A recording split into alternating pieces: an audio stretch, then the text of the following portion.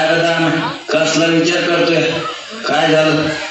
अरे काय नाही माझी पण लेक लग्नाची आहे. 4 वर्ष झाली लग्न जमेना. हुंड्याला पायताना शेतीत बी पिकाना. अरे काय काळजी करतो लेका, होईल समजा ती किंवा आहे की वरी सर्व सावरायला. बर चल मी चाललो शेताकडं, येतो बाय.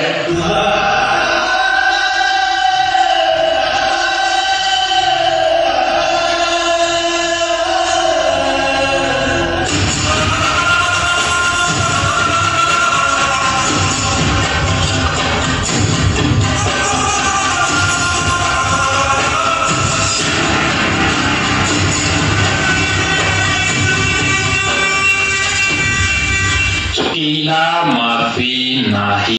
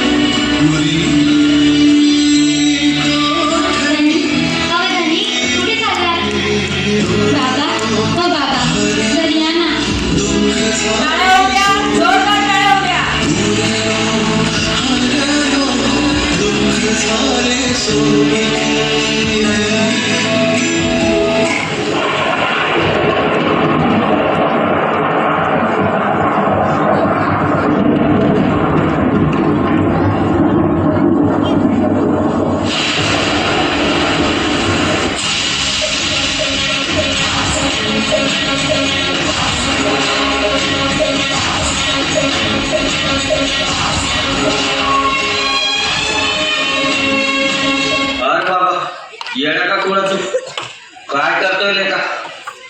तू जर आत्महत्या केली तर तुझ्या सोन्यासारख्या लेकराकडे कोण बघल? जरा तुझ्या लेकरा बाळाचा विचार कर. आम्ही आहो की तुझ्या सोबत.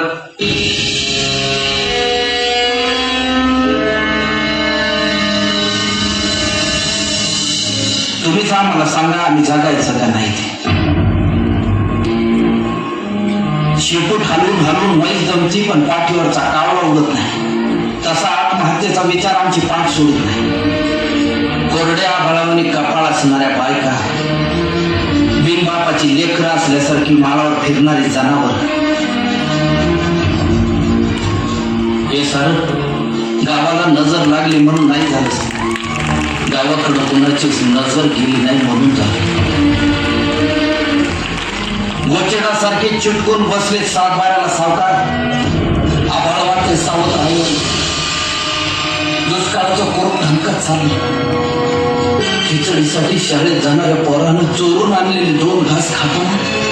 त्याच्या बापाला अभिमान वाटवा पोराचा का स्वतःच्या जगण्याची लाज?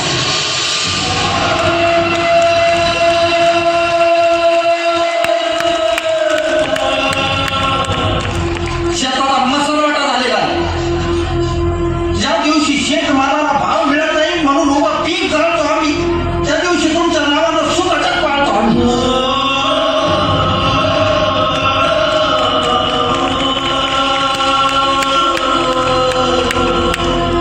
आता तरी विचार करा, नाहीतर 1 किलो गव्हासाठी तुम्ही 1 दिवस देश गाठ ठेवलेला असेल. त्या दिवशी ध्यान देऊन बघा, माझ्या पिंडाला कावळा शिवलेला असेल.